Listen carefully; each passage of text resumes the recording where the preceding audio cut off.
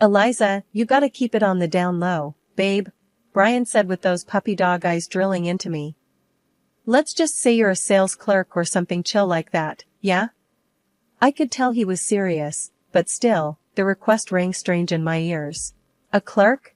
Brian, you've seen my business degree framed on the wall, right? Totally. He chuckled, scratching the back of his neck. But my mom's, she's special, you know? Don't want her making a fuss or something. I raised an eyebrow, but nodded. All right, for you, I'll be the world's best sales clerk, I said with a laugh, not realizing then that fabricating this tiny piece of my reality for his parents would unfold into something ugly and hard to handle. Soon enough, we rolled up to his folks' place. It was your typical suburbia, well, if every house looked like it could be on the cover of a homestyle mag, that is. Brian rang the bell, giving my hand a quick squeeze before the door swung open. And there she was, Linda, all coiffed hair and a smile that was a little too, let's just say she wouldn't have been out of place as a game show host. Well, look at you, she appraised as she ushered us in. Brian says you're in retail? I plastered on my best customer service smile. Yeah, just selling clothes in a shop downtown, I said casually. Retail, huh? Linda eyed me up and down, her smile barely flinching, like she's heard better jokes at a funeral. I supposed you didn't feel like aiming higher? Brian shot me a play-along glance. Nah, she loves it, he jumped in quickly. She loves it, Linda echoed, as if tasting the words. Right. Then she floated away, leaving a silence that felt like standing in a room after someone's just slammed a door. Later, when Linda went to powder her nose or count her coins or whatever, Brian found me in their living room, which was too clean, like no one really lived there. He had this I ate something bad look as he spilled the family tea. He told me all about Linda's thing for the slot machines, the way she borrows money faster than a bank can print it. She'd bled his dad dry and was always circling Brian for a handout like it was a national sport. We talking a little gambling fun or full-on Vegas blowout? I asked him, trying to sort the scale of what we were dealing with. He grimaced. Professional league. She's up to her eyeballs in it. If there's a machine with blinking lights, she's there, batting her eyelashes at it. The wedding, if you could even call it that, was as low frills as a diner breakfast. We figured why blow cash on just one day when we're aiming for a lifetime. Not that I had any illusions about Linda seeing eye to eye with me on that. In our backyard, dressed up but not overdone, Brian looked nervous but happy. I kept things as chill as I could, in jeans and a nice blouse, because why not? Linda, on the other hand, turned up looking like she just lost a bet, wearing a dress that screamed I would rather be anywhere but here. The rest of the shindig passed, without much drama. Friends joked, the grill sizzled, and life felt almost normal for a hot second. Aunt Marcy was on music, hooking up an old boombox that squealed before it sang.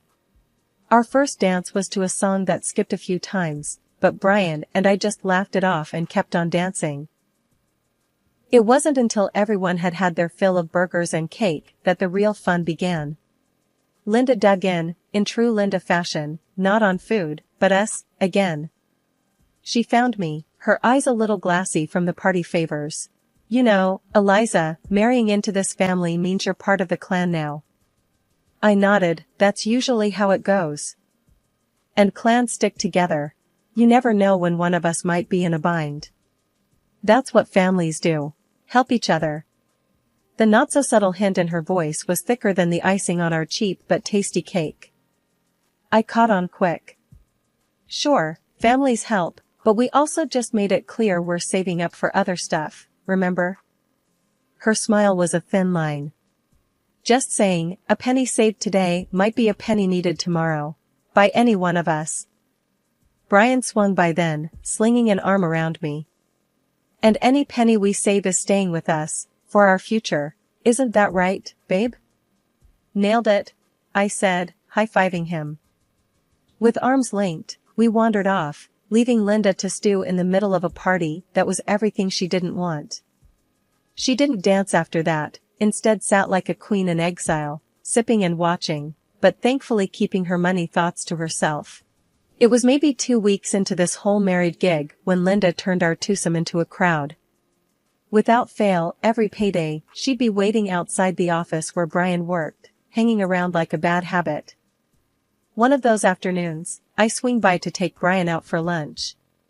And there she is, leaning on the hood of her car, tapping her foot like she's on stage keeping time for a rock band. We hadn't even made it back to our car when she met us halfway, her voice rising above the sounds of the city like a siren. "There you are. I've been waiting half an hour, Brian. We need to talk."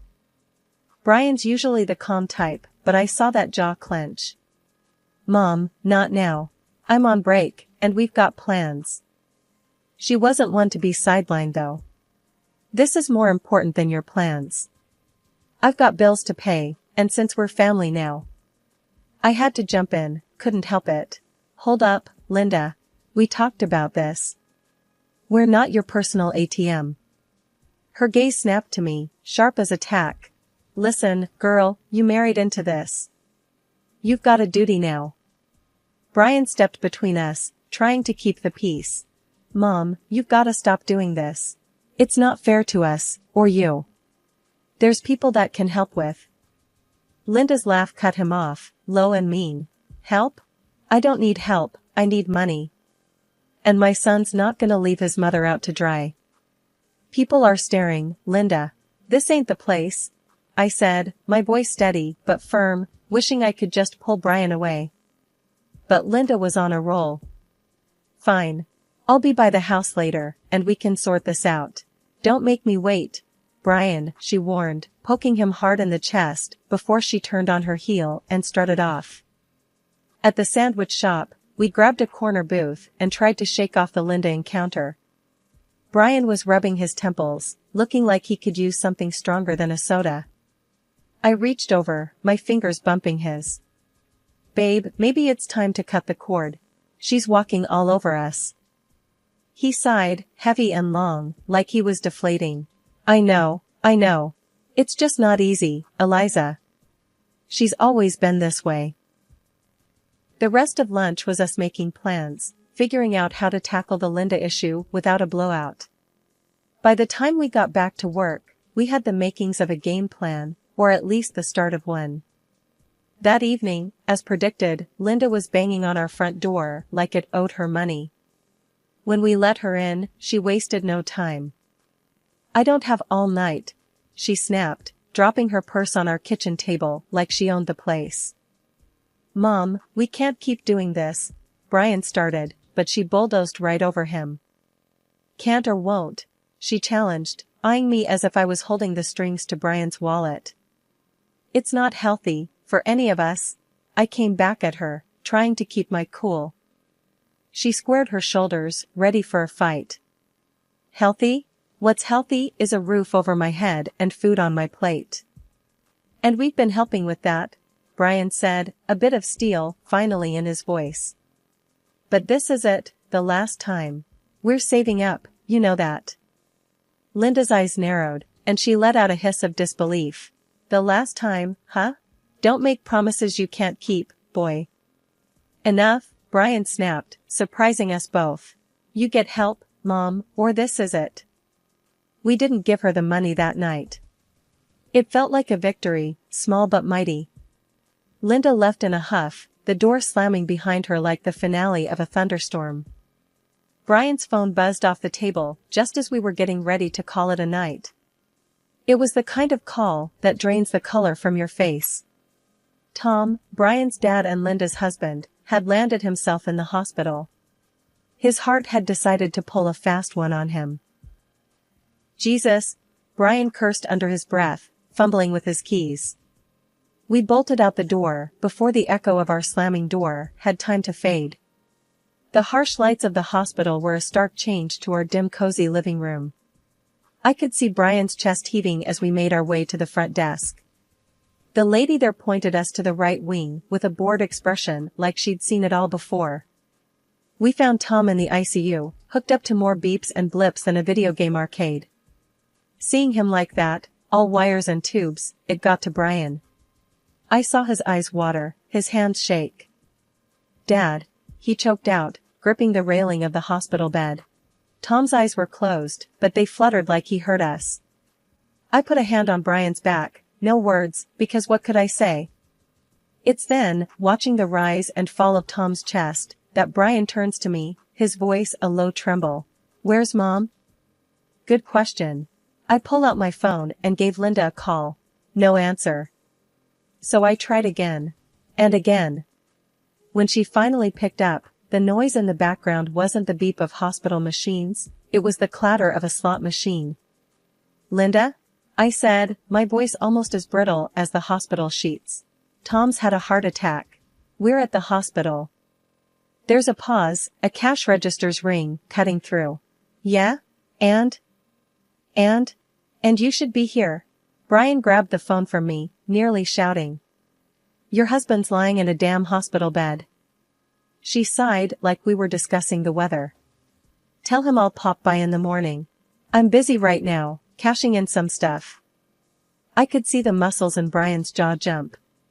He threw the phone back at me, storming off to find a doctor or maybe just to punch a wall where no one could see. That night and into the morning, Tom got a bit better, but Linda never showed. The doc said it was a warning sign, that he could have another attack if he didn't slow down. We went home exhausted, the morning sun stinging our eyes. Walking in, it was like a burglary, only Linda wasn't taking TVs or jewelry. No, she was packing up Tom's vinyl collection, the one thing he loved more than anything. What the hell are you doing, Mom? Brian stormed into the room, looking like he was ready to explode. These are worth something. She snapped without looking up. Don't worry, Tom won't miss them. Besides, hospital bills, remember? Hospital bills? Brian was fuming. That's rich, coming from you. You didn't even go see him.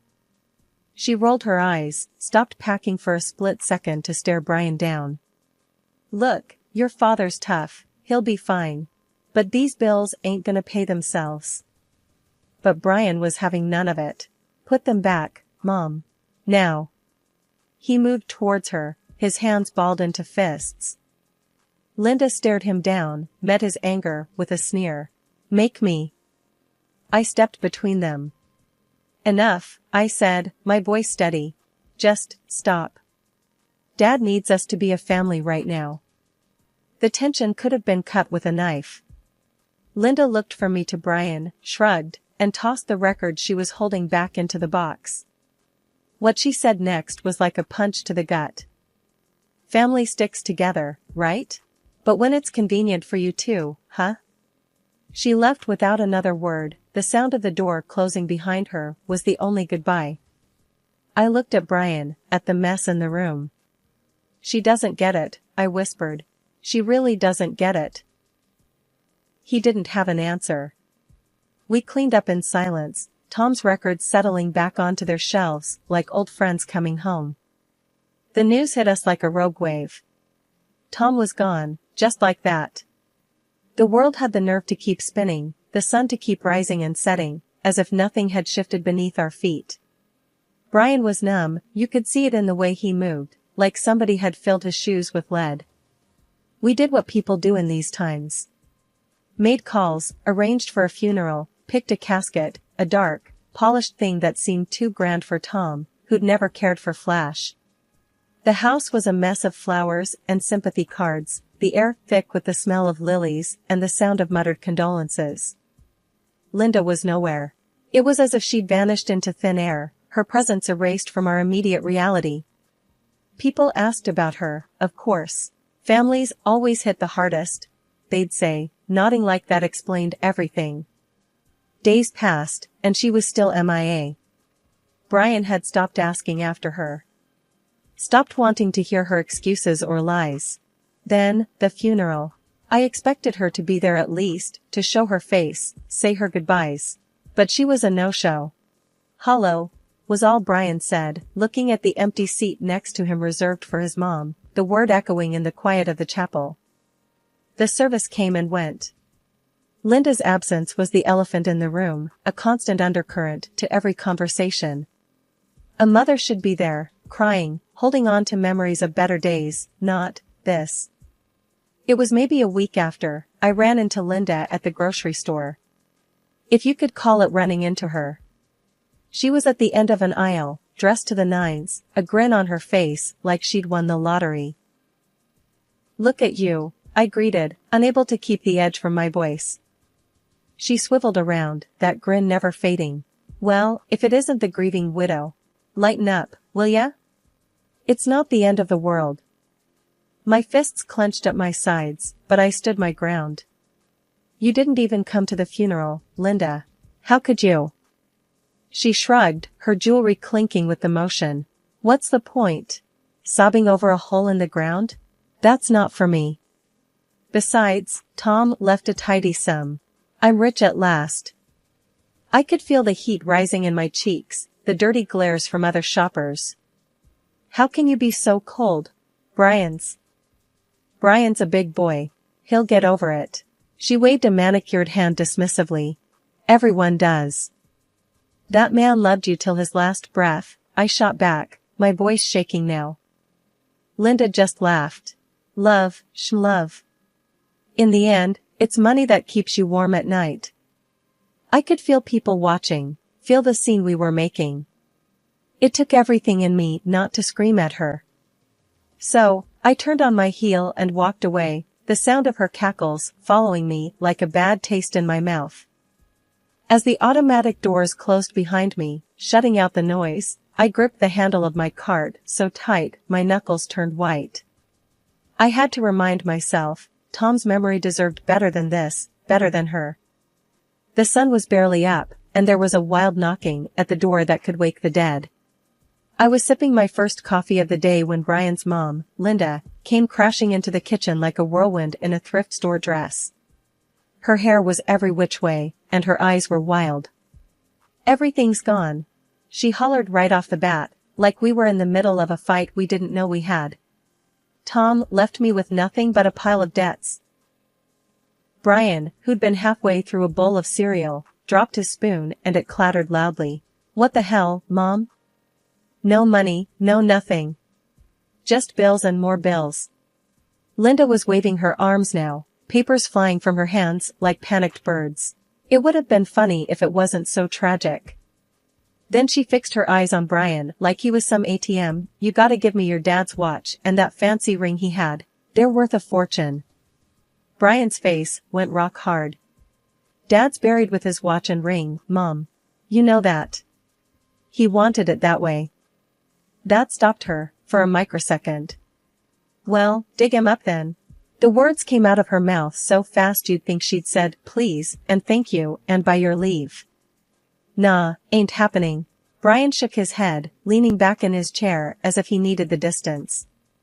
"They're staying with Dad. End of story." Linda looked like she'd been slapped.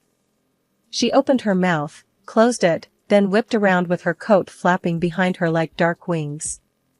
She was out the door before we could say another word. It wasn't even light out yet when the knock came. I knew it wasn't good. Cops don't do house calls at the crack of dawn to share a cup of joe. I was barely awake, struggling to make sense of the two uniforms and serious badges at my door. Brian stood behind me, boxers and bedhead, rubbing his eyes like he could wipe away this bad dream. "Brian and, sorry, ma'am, your name?" the taller one asked. "I'm Eliza," I managed, my voice gravelly with sleep. "You folks know a Linda Harrison?" The cop had that cop look, not quite suspicious, not quite sorry. Brian nodded, shoved his hands in his hair. "Yeah, my mom." "What's she done this time?"